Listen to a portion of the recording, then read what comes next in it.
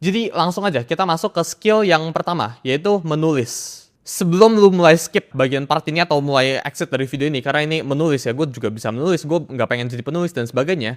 Menulis ya itu bukan skill komunikasi ya, ini bukan tentang lu harus nulis paragraf random atau apapun itu, tapi menulis itu adalah skill cara kalian berpikir. Karena kalau lu nggak bisa menulis dengan jelas ya, lu nggak bisa berpikir dengan jelas, lu harus belajar buat tulisan apa yang ada dalam pikiran lu, komunikasikan apa yang dalam pikiran lu ke kertas, ke dalam bentuk format tulisan.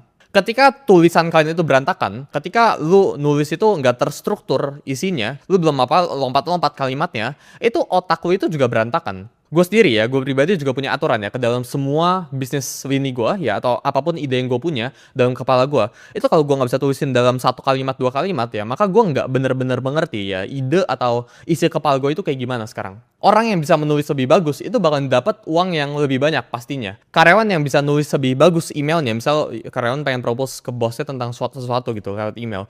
Dan ketika dia bisa tulis dari paragrafnya rapi, ya copywritingnya rapi, entering spacingnya itu rapi, itu bakal jauh di reward lebih bagus. Karena orang yang bisa menunjukkan dirinya itu clear, dirinya itu bisa nge-persuade orang ya, membujuk orang tanda kutip, itu bakal dapat reward yang lebih besar daripada yang nggak bisa.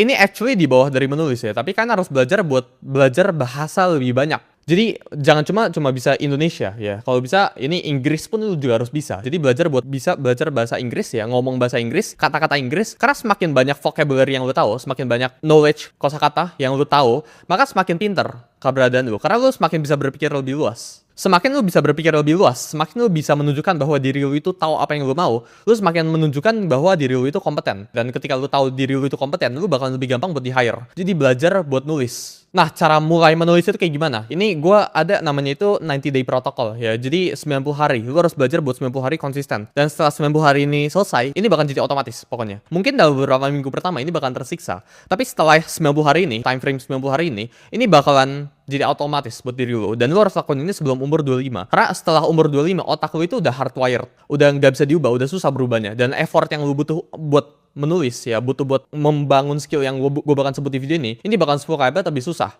Jadi lu buat 90 hari ke depan, pilih salah satu skill yang gue bakal sebut dari satu ini, dan bangun perlahan-lahan. Kalau lu pengen bisa menulis, lu belajar buat nulis apa yang ada dalam isi kepala lu, 500 kata minimal contohnya, selama 1 hari. Jadi lu siapin buku diary, gue pribadi dulu ada kayak gitu, terus lu tulis apa yang terjadi hari ini gitu ya, pikiran lu itu apa gitu. Pokoknya lu tulis dalam paper, terus lu baca lagi.